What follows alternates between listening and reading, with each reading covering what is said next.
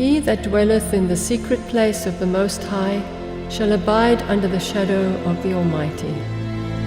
I will say of the Lord, He is my refuge and my fortress, my God, in Him will I trust.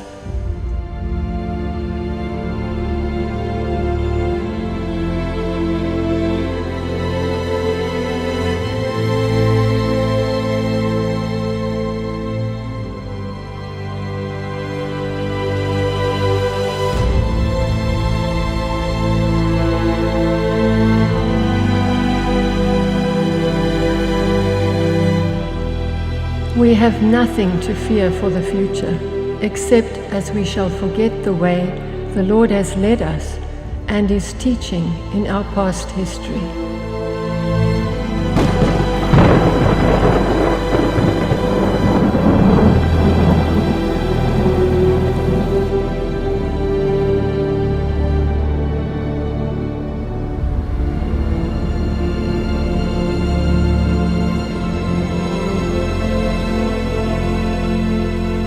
This is Sam. We call him Sam because we don't know whether he's a Samantha or whether he's a Samuel. And that will be decided when he lays an egg or not.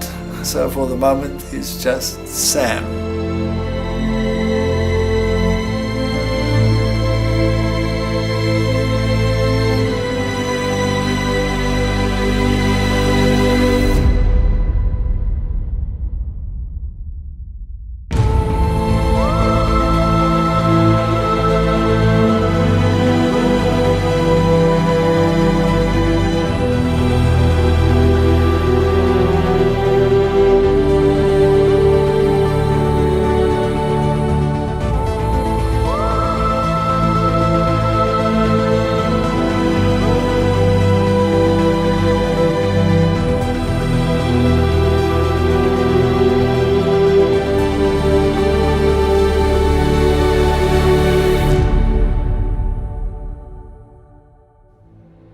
Well, Sonica, we're going to talk about dwelling in the secret place.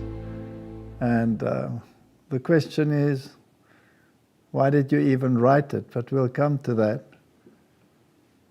And you wrote rather personally about your own life and how you see these things. And, well, let's say we opened up our soul a little bit. Mm-hmm. And you started off with your childhood, and you wrote it very carefully.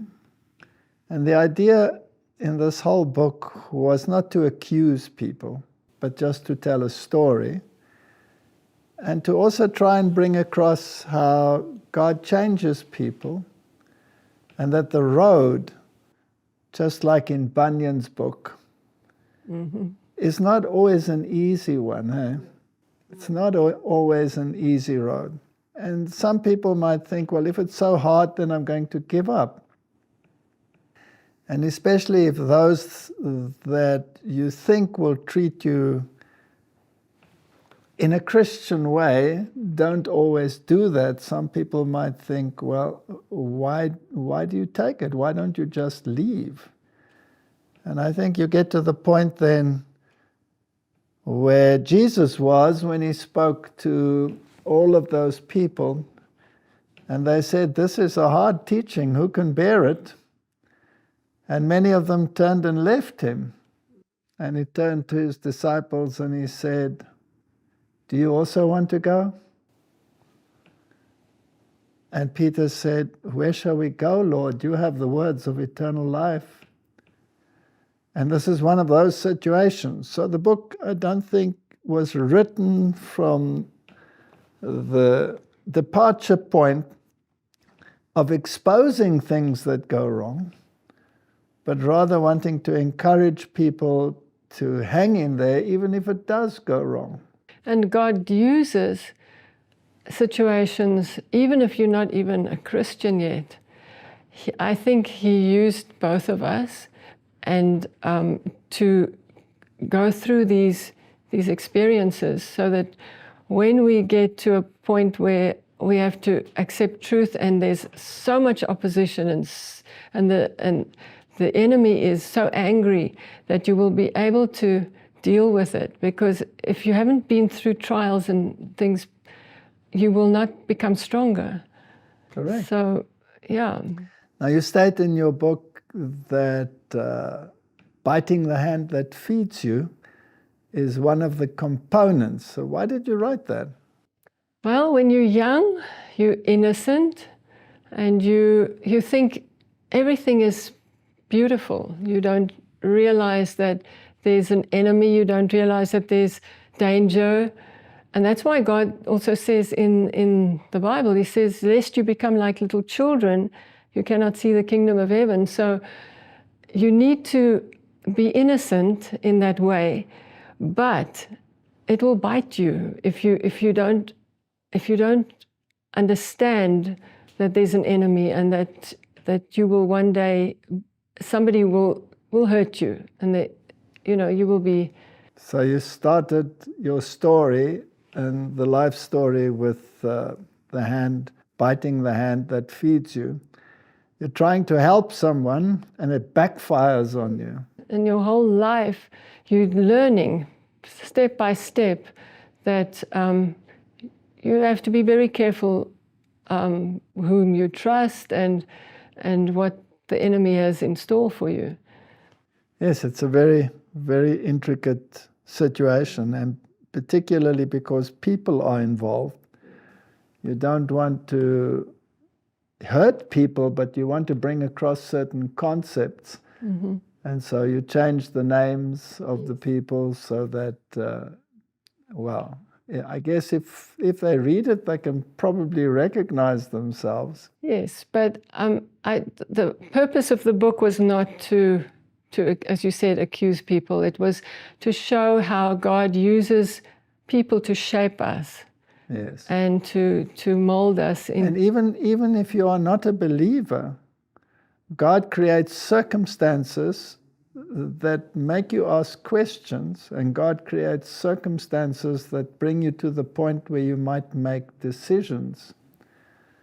And anybody that looks at this world will say this world is a very unfair place. Mm-hmm.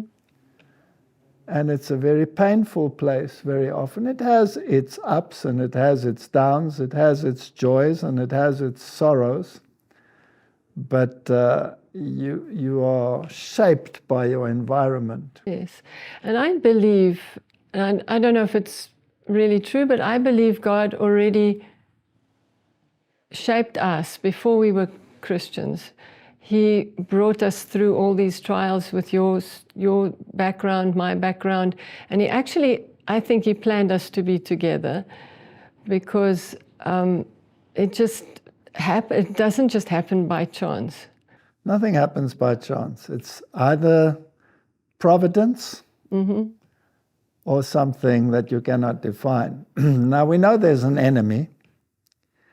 Now, when we were still in the heathen world, and you came out of this occult background, and I came out of this religious conflict background that eventually led me to atheism, then you ask yourself the question, was God there from the beginning? Were the angels involved in our lives? Did the devil watch the situation? Does he watch people? And does he draw conclusions, perhaps, by what is happening behind the scenes that we cannot see? And does he target some people more than others? Mm-hmm. These are questions that pop up in the mind. Every person has an angel watching over him. So I assume that Satan knows something that we can't see. He assumes something. He assumes something, yes. Now you tell in your story, you say that you were the only child that didn't go to church on Sundays, and I know why, because your parents had a major problem with the churches. They were into occultism, or your father in particular. Yeah, and my mother was raised in a Christian home, and she wasn't very comfortable with a Christian lifestyle. And so she went into the world, and anything goes when you're in the world. You know, you accept anything. And my father, the same thing. He was also raised very strictly as a Christian. But the two of them decided they would explore anything else but the Bible. And so but your father actually did explore the Bible, but he explored it from another angle. Yes, he believed that everything is misinterpreted in the Bible, and that there's a lot of spiritualistic things in the Bible. And he was looking for an esoteric truth. Yes. In something that is actually written as an absolute truth. Yes. And so he told us not to go to church. He said they will lie to you, they will deceive you. But I had this longing to know what is in a church, because my friends were all Christian, and I thought to myself, now why is God locked up in a church? At one stage I went from church to church during the day, and I tried to find out what's in the church, but they were all locked. How old were you? I was probably about 10, around there. And then everything was locked, and I said to myself, why is God locked up in a church? How good can he be to the world if he's up in there in a church? And so it just shows you how little knowledge I had about God. And then I found this little chapel. It was a little stone chapel that was open. And I actually went inside, and I said, wow, this is... My life was hard. I had a tough life as a child. And yes, I'm a little bit emotional. Now I know that you had a tough life. And I know the circumstances because you told me. Yeah. But yes, it's a rather sad story. But you told the story without telling the story. Yes. Because you don't want to hurt people. Yes. So you tried to find refuge with a God that you didn't know. Yes. And all your classmates and all your school friends, they were all church going, but it was customary in South Africa for everybody to go to church. Yes. Of course you went to church. It was the thing to do, and you were the odd one out, so you were really in the minority, and you probably had some peer pressure. Yes, there was a lot of peer pressure because my grandmother sent me a beautiful Bible. Now, she was very religious. And I took this Bible. It was a thick Bible with golden letters, and I took it to my teacher, and I showed her. And she said, yeah, that's nice, whatever. So I put it in the desk, and after break, it was gone. Somebody had stolen it. And yes, whatever move I tried to make towards God was almost like there was a wall every time. And I remember you told me that the pastors of the other churches, they were not exactly very open towards you because they knew what background you came from. They despised what your parents or your father stood for. And so instead of being inviting towards you, they treated you like dirt. Let's just put it that way. Well, that was also part of the plan, I think, of God, so that we could meet, you and I, eventually. Well, in actual fact, they treated you so badly, some of those pastors. They scolded you. You had to walk how many kilometers to go to church on Sunday, and the only one because your parents wouldn't take you to church? About more than 10 kilometers. And you walked with what kind of shoes? High-heel shoes. High-heeled shoes. Not high, but just heeled shoes. Heeled shoes. And you went to all that trouble, and then the pastor would treat you like dirt. Well, that's part of life, eh? Part of it. It's part of... All right. Does that mean that Christianity doesn't have the truth because a pastor treats you like dirt? No. It just helped so that I would search further. I wasn't... If I had stayed with that church, I would probably not have discovered the truth. So God didn't allow me to stay there. I moved on, and we started searching later on. Now, these friends that you had some very strange friends. The one was the daughter of the pastor, right? Mm-hmm.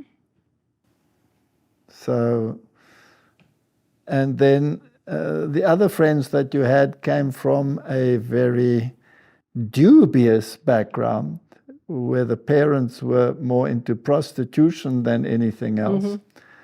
And so you had this dichotomy. You had these hoi polloi friends, and then you had these very down-to-earth, trapped in an unsavory situation friends. I was always one for the underdog. I was always befriended the ones that were hurting, that were being trodden down. So that was... And in school you were also trodden down, weren't you?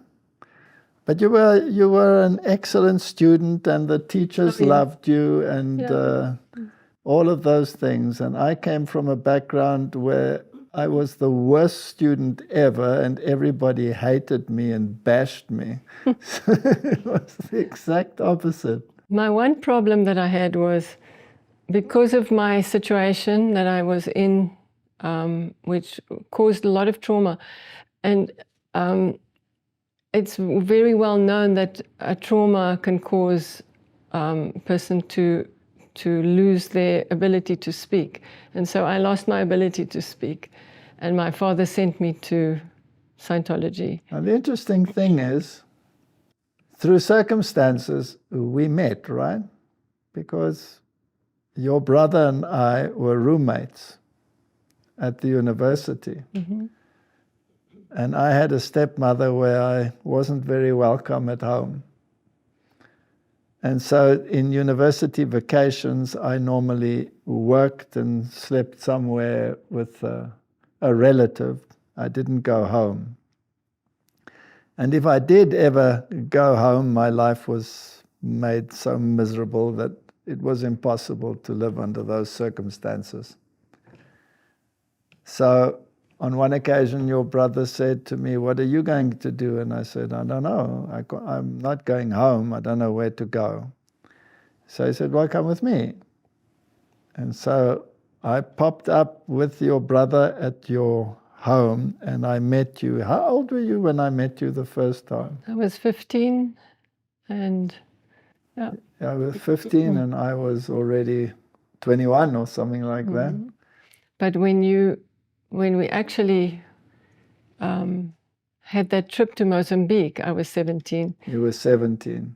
That was 2 years later. But that was an interesting trip because, again, I see God's hand in it, because you had just broken up with your girlfriend.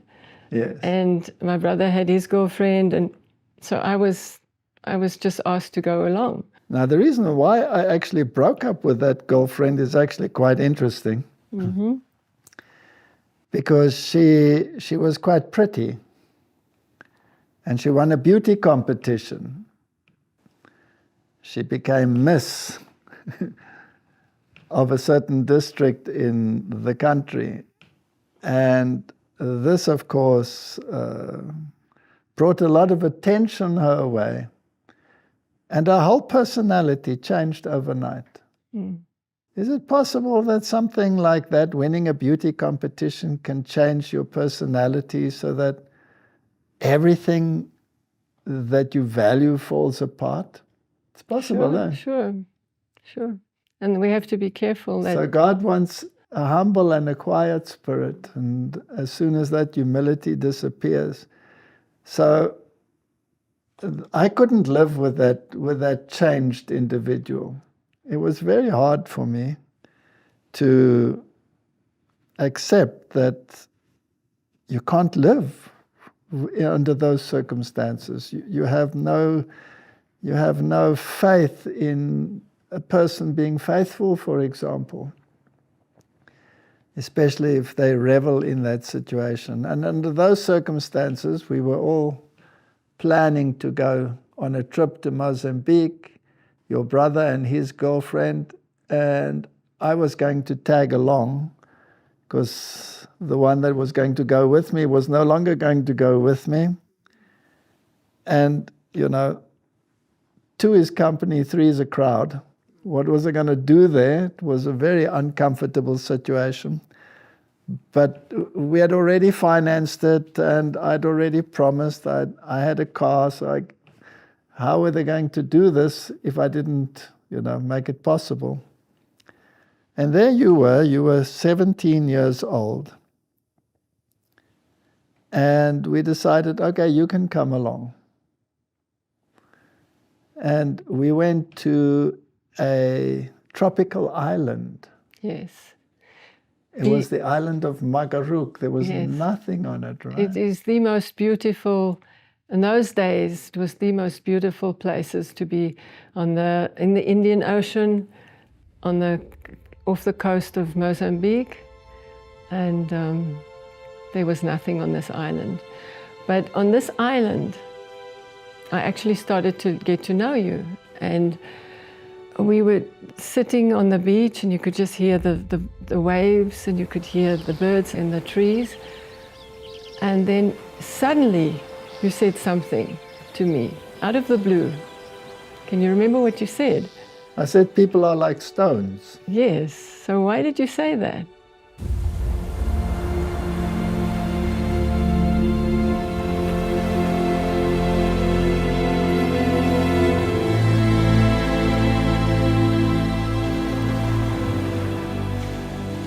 Surely the righteous shall give thanks unto thy name, the upright shall dwell in thy presence.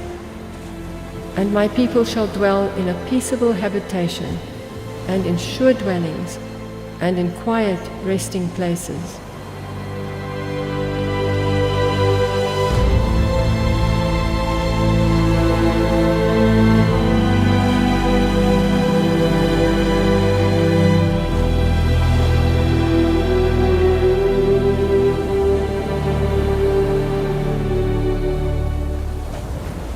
I'll tell you why I said people are like stones.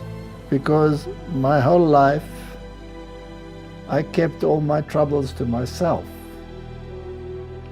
I had never opened up to anybody ever in my life. So what made you suddenly open up? I don't want to flatter you. You might get a big head. But not even with this previous girlfriend, and it was a very serious case, that previous girlfriend. And not even to her had I ever opened up about why I was like I was, or why I ticked like I was, or like I was ticking. But I saw in you something that I'd never experienced before, like an empathy. And so maybe a crack appeared. Yeah. And so I remember we talked almost through the night, sitting on that beach. And you told me a little bit about yourself, and I told you a little bit about myself. And some of the things were probably hard to believe, because if I told you about my relationship with my stepmother or anything like that, you always had such trust in people that you couldn't believe that people could actually be like that. That is true. I was that person who always thought that everybody else is good, and I never understood that somebody could be so bad. And but it And yet you experienced it in your own house. yes, but I mean, I was never ostracized or driven away from home like you were, and that's why to me that was strange, because in our home there was love and there was kindness. Yes, I also looked at your home, and it was hard for me to realize that you were actually all in harmony, even though things were not going well behind the scenes. To the public eye, I had seldom met a family that was so open to a guest and so friendly. And I developed a very good relationship with your father, particularly, and your mother being the one who was the studious one. Your father was the romantic one, the one who was always searching for the unknown. But your mother was the academically inclined one, and she resonated with me because of my academic background. And your father resonated with me because of my openness for anything that he had to say. So that was a totally new experience to me to meet your family.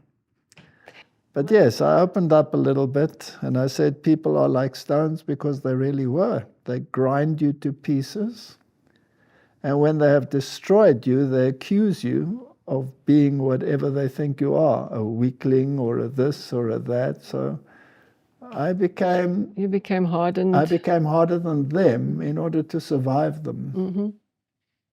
Yeah. Inside you were hurting, and so on the outside you became a harder person. Yes, and I had a family that was very hard, that came from a very harsh background, some of them. On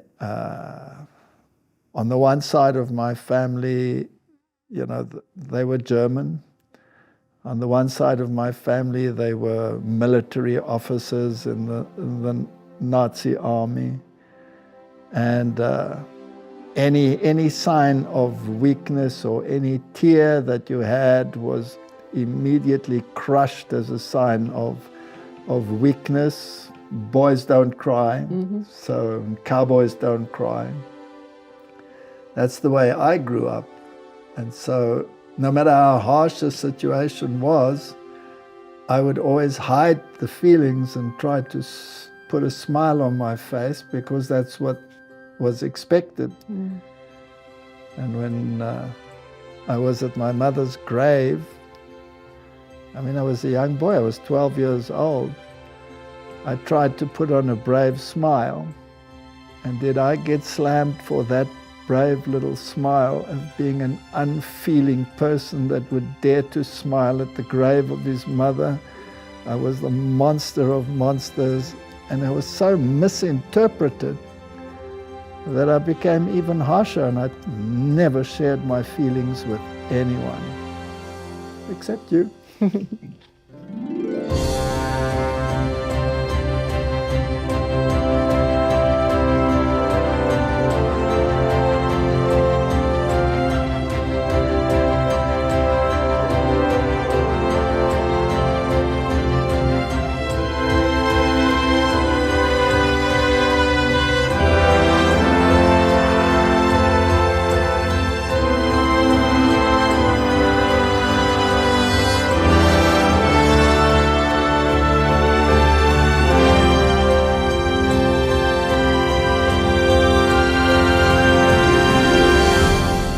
Can you remember what you told me about your father and the piano lessons? Yes, I remember what I told you about my father and the piano lessons. My mother tried to develop my softer attributes while she was still alive. I was very rebellious because she was very sick, and I had all of these problems with the church and with the Catholic Church that told me that she was not going to go to heaven because of her faith. But she always tried to bring out the softer side, and so she sent me secretly to piano classes. And I would probably not be the greatest musician ever. I always say when I get to heaven one day, Gabriel will supply me with a triangle and tell me when to go ping. But when I had mastered my first musical piece, my father came home from work and she wanted to surprise him. And so she said, sit down, and she made me sit down at the piano and play this piece, and my father exploded as to how dare she make a boy go and take music lessons and become a sissy. No way was his son ever going to do music and become a sissy. And that was the end of my musical career from that day on. I was probably about 10 years old or something like that. And yet you are very musical, you just don't know it. You have a good voice. I don't know whether I'm musical. One day in heaven maybe I'll pursue it, but now I will concentrate on other things. But I appreciated that you like music. Well, in any case, once you have opened up to a person, it creates a certain bond. And you had a certain background, which I don't think you shared with anybody ever, right? No. You never shared it with anybody. No. I think I'm the only one who really knows the whole story. And the whole story is not in the book. No. Because you cannot put it in a book. No. So God takes those people, and I think He has compassion. No, you're making me cry again. Yeah, give me one too. Yeah, He has compassion. He's a good God.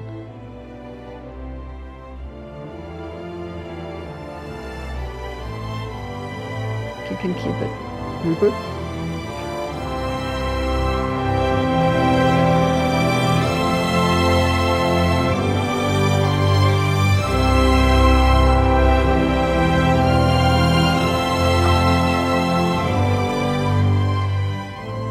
But thou, O Lord, art a God full of compassion and gracious, long-suffering and plenteous in mercy and truth.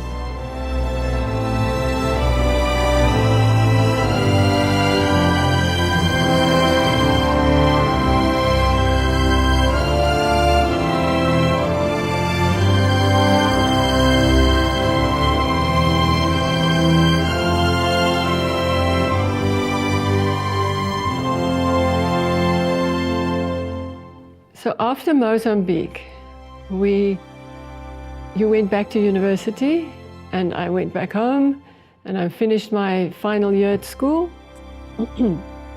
And we corresponded. Yes. I wrote copious letters. Yes, that's unusual for you. Do you still have those letters? No. They're all gone, right? Yes. It's just as well that they're gone. Well, I then decided to go to your university, and the next year. And that was far away, some 2,000 kilometers away from where you live. Yes. And I arrived on the station. It was, I think, 2 trains. I had to take a train to one place and then another train to where you were at the university. And it was a 3-day trip. So now, your parents never took you. All other parents made sure that their children arrived at their new locations, and you arrived all alone. That's the story of your life, right? My parents believed that a child should grow up independently, so they didn't want to nurture us too much. And got you into big trouble as a little girl, very often, right? Yes. But so I arrive at the station in Stellenbosch, in the town where the university was, and you were supposed to meet me, and there was no one. I dropped you like a hot potato. Yes. I was only 17, and this is the first time I've ever been away from home. And then there was no one there. And I still struggled to speak. I couldn't speak to strange people because I had this impediment that developed because of trauma. And so I struggled, and eventually I phoned a taxi, and they picked me up. And in those days, a dormitory was like, it was so like a boot camp. Like a boot camp, so strict. You weren't allowed to do anything. There was initiation. You weren't allowed to leave the place. And then after 2 weeks of wondering what had happened to you, after 2 weeks, this strange little man came, and he said that you're in hospital. He was a very strange little man. I liked him a lot. He was your friend. He was a friend of mine. He was studying for a PhD at the university. And we were basically postgrad students together. I was already teaching when you arrived as a very junior, sort of like almost like a bursary teacher. Mm-hmm. And this man was from New Zealand, and he was very strange. He was working on his PhD on chameleons. And when he would greet you, he would have these strange mannerisms. He would act and like a chameleon, always. So if somebody was introduced to him, he would say, "How do you do?" Like a chameleon. He was very funny. And he was also a perfectionist, absolute perfectionist. So he would order his pens on his desk in a very particular sequence. And I was, of course, a terrorist. I loved to destroy his perfection. And so I developed a way of breaking into his office using a combination of keys and then just switching 2 pens around. And then wait for the scream of disgust. And he would never find out who it was. And this strange little man, he's the one who came to you. Mm-hmm. And he said, "You're in hospital." And then the matron, she said, "Go with him, but you come back straight away afterwards." And so there you were, lying there totally so sick because of malnutrition. You hadn't eaten properly, you didn't have enough money because your father disowned you at that point, and you got terrible infections, and you were just too weak to get up and come to the station to fetch me. Yes. So at that stage, I had been disowned because of my stepmother. Mm-hmm. Who said that he should not support someone like me. And at some stage, I took you to meet them. Mm-hmm. When I got back out of hospital, I took you to meet them. And she greeted you with the most horrendous words that I'd ever heard anyone say to anyone. And you still said to me, "She can't be that bad. I think you're exaggerating." And the very first words that she said to you were so devastating. What did you do? Yes, she said, she carried on and on about that you're going to inherit everything that she should be getting. And I was surprised. Why say this? And then she said to me, then she said to me, "I'm a little tramp," or something like that. A slut. Something like that. And then I started crying because I've never been treated like that before. No, she basically said to you that if you ever marry me, you will be inheriting what she should be inheriting. Yeah. And therefore, by being a slut with me, you were going to inherit something, and you couldn't handle it, and so you burst into tears, burst into tears, and then she said to me, "I hope you cry for the rest of your life." And those words kept on coming back to me during my life, through my life. I hope you cry for the rest of your life. Well, fortunately, the Bible says a curse given unrighteously does not alight. Yes. So had you known the Bible at that stage, you could have shaken it off. I would have been comforted that no curse that any person or a demon or anything can put on you can affect you if you have Christ. But I must tell you that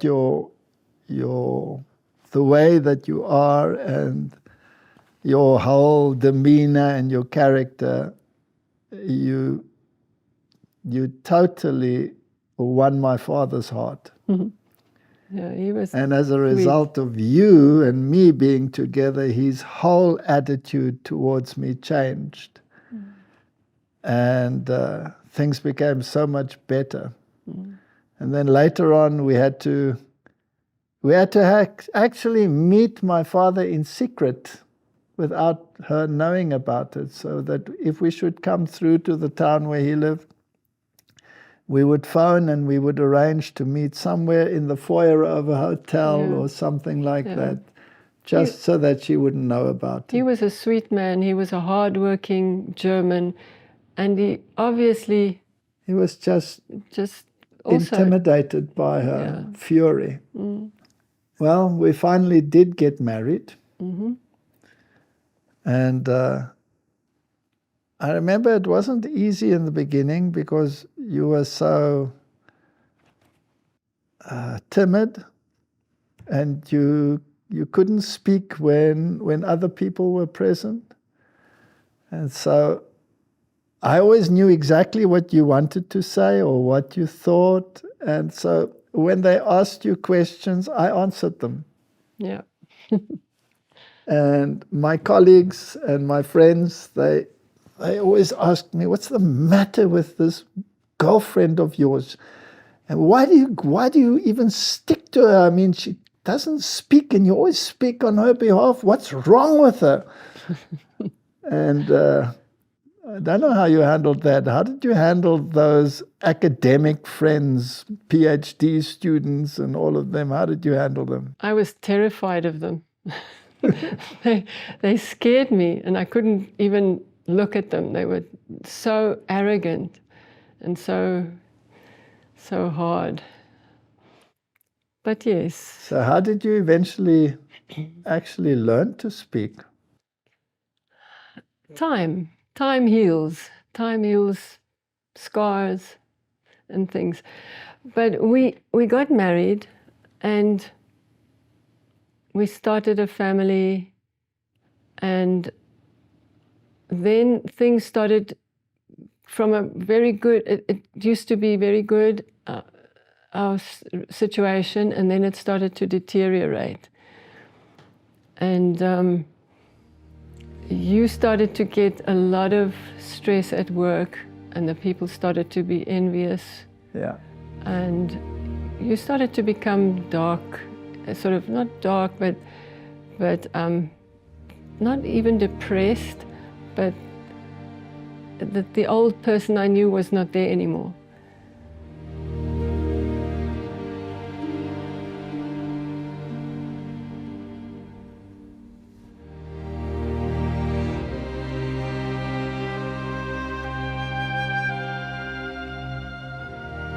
He shall call upon me, and I will answer him. I will be with him in trouble. I will deliver him and honor him. With long life will I satisfy him and show him my salvation.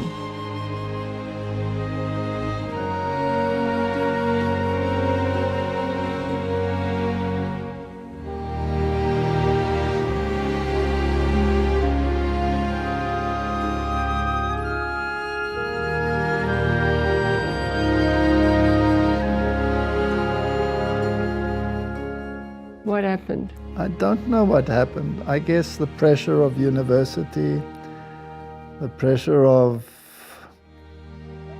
being the blue-eyed boy now in the university setup, and striving towards getting better positions. And I was an atheist. There was no God to ever go to, and I guess life was just such that one develops a very hard shell. And when our first son was born, you remember that while you were pregnant, we were living in a house and all kinds of occult things happened that you explained in the story, in this haunted house. And finally we moved from there back to Stellenbosch because we'd left the town where you had studied and I had studied because I got a job at another university, and then we came back, and then Martin was born. And at that stage we lived in a derelict little farm cottage, which was a laborer's cottage. And it had cracks in it that you could put your entire arm through the wall. And the winters in the Cape were very harsh. And it was up in the mountains and everything was full of snow. And it was cold. And it's all that we could afford at that stage. And when he was born, you lost a lot of blood. And we found out that you really have a problem with the coagulation of your blood. You are what one would call a bleeder. And you'd lost so much blood, and there was nobody to help you. My stepmother would never have helped you. My father lived in another town. Your mother was 2,000 kilometers away. There was nobody to help us.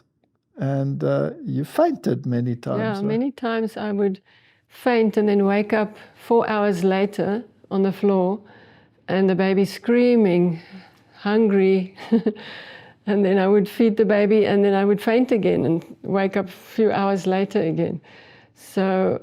And I had to be at the university. Yeah. But at that time, it was a hard time for us because riots started. That was a very bad time, and we moved back to town, and because it was dangerous for me. But then things got better financially eventually, and we moved from that into a little semi-detached house. And my father helped us at that stage again, so he had softened so that we could actually afford a little semi-detached house that we were paying off. And our daughter was born there.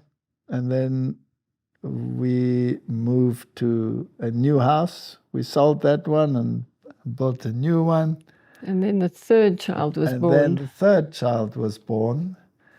And that was Robert. And at that stage, my father was going through divorce with my mother, and so he came to live with us. And that's when a lot of things happened as well. A lot of occult things, which you describe in the book. If you dabble in occultism, then your life becomes darkness. Yeah.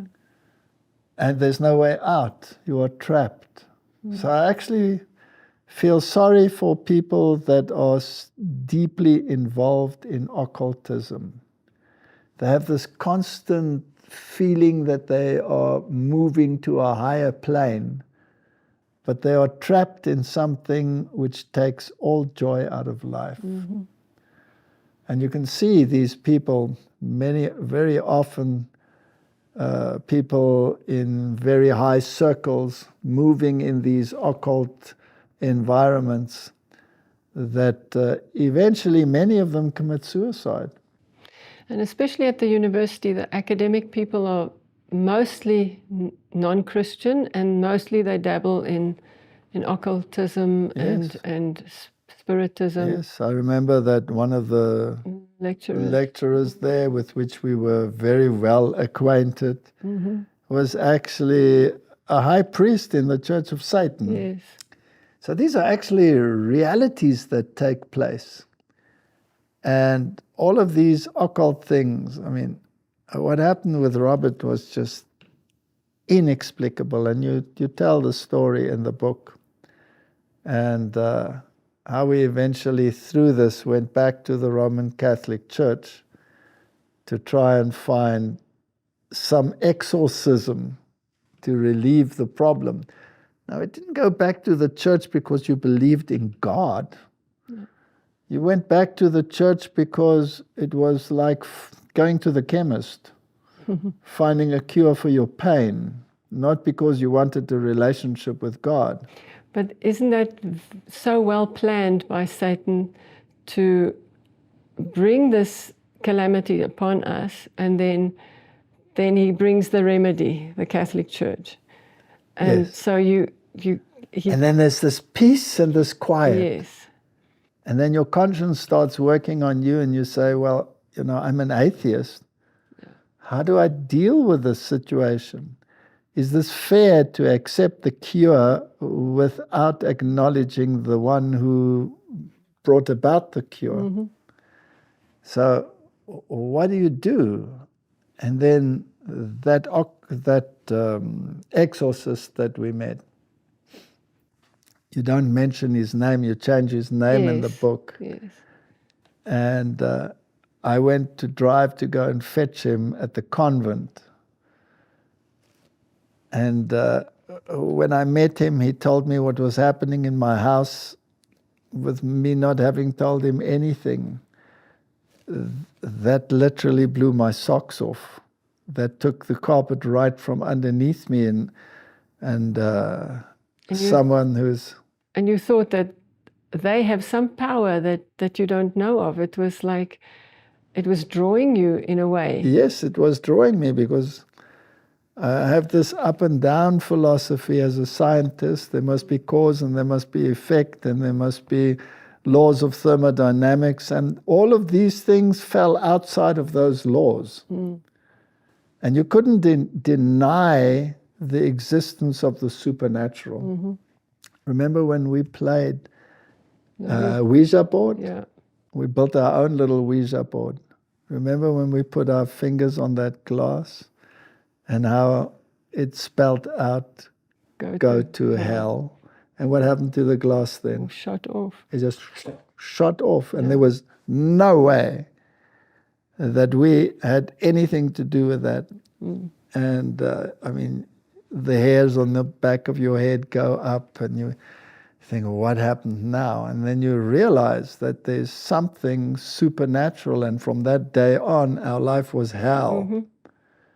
Absolute hell, because you had opened a door to a demonic presence in your house. Yeah. But you don't know that it's a demonic presence. You think it's you. In fact, we thought it was departed spirits. You wanted to speak to your mother. You had a longing to see your mother again, to speak to her. And so we thought this was a way to speak to her again. Yes, so why did Satan actually step back and create a measure of peace? Why did he do that? Because we were now where he wanted us, back to the Catholic Church. There's a statement in the Spirit of Prophecy where she writes, Satan gives those that are chained to his chariot a measure of peace. But tug on the chain, and you will experience something that you never, ever imagined. Mm-hmm. So what he wanted to do, I believe, was to settle us in the belief that the occult world and the church and all of them belong together. He doesn't mind if you are attached to the lie. Whatever that lie is, whether you believe in Satanism, whether you believe in good and bad spirits, white magic, black magic, he doesn't mind that. He doesn't mind if you are in a formal religion. He doesn't mind if you bow down your knee when the bell rings, when you say a chant when the smoke goes. But if you have a personal relationship with God, that freaks him out. And if you study the Bible. If you study the Bible. Do you remember what happened to Robert when we picked up the Bible? Yes. What happened? Robert was very restless as soon as we picked up the Bible to study, and then one day he broke a glass bottle and he walked all over it, And he nearly severed his big toe, and we rushed off to hospital again to have his toe sewn on again. Yes. Always chaos when we picked up the Bible. Surely he shall deliver thee from the snare of the fowler and from the noisome pestilence. He shall cover thee with his feathers, and under his wings shalt thou trust. His truth shall be thy shield and buckler. Thou shalt not be afraid for the terror by night, nor for the arrow that flieth by day, nor for the pestilence that walketh in darkness, nor for the destruction that wasteth at noonday. 1,000 shall fall at thy side, and 10,000 at thy right hand, but it shall not come nigh thee.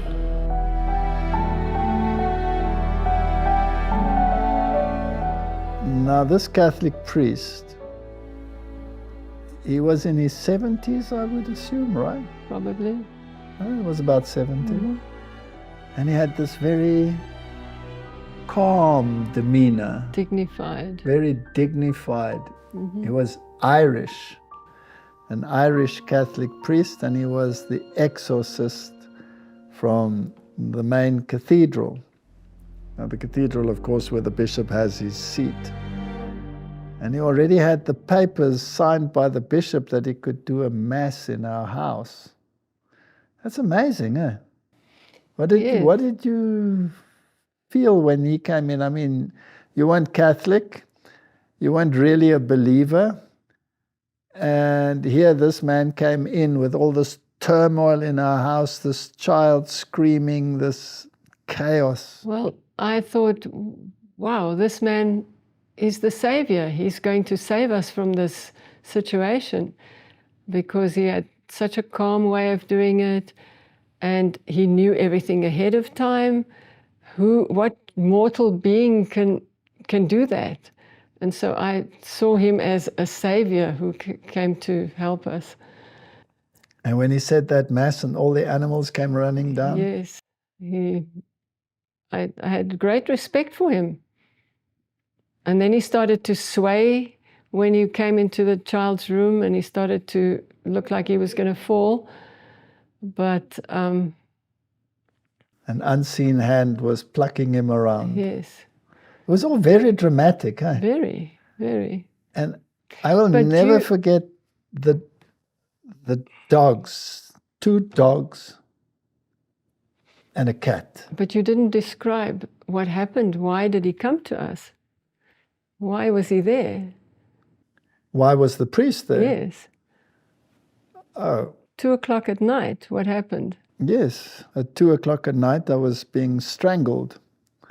And at 2 o'clock at night, Robert would then, when I woke up, scream as though he was being murdered.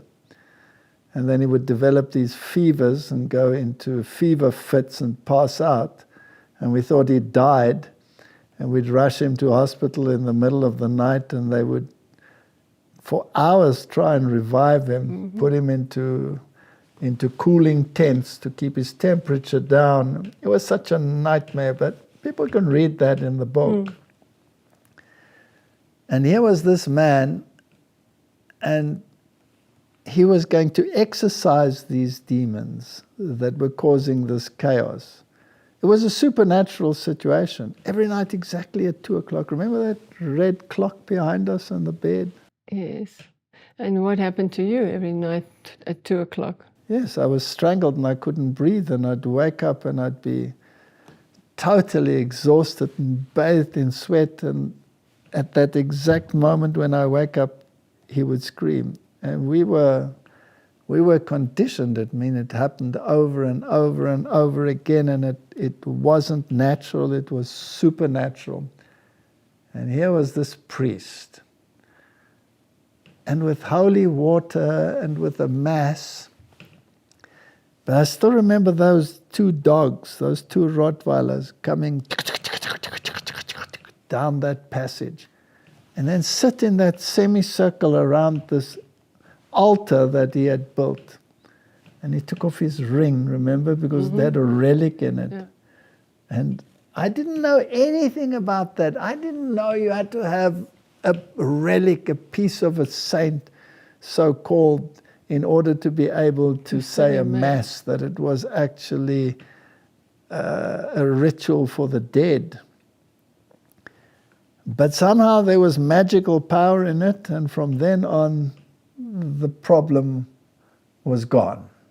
It was so peaceful in that house. Remember that night when you put Robert to bed? Mm-hmm. Was What sleeping happened? on his back for the first time. He used to sleep like a fetus, curled up, Screaming, And screaming screaming. himself to sleep. and then he was lying on his back and he was peaceful. And he was googling, right? Making Baby noises. baby noises. Yes. But can you remember what happened at the priest phoned you?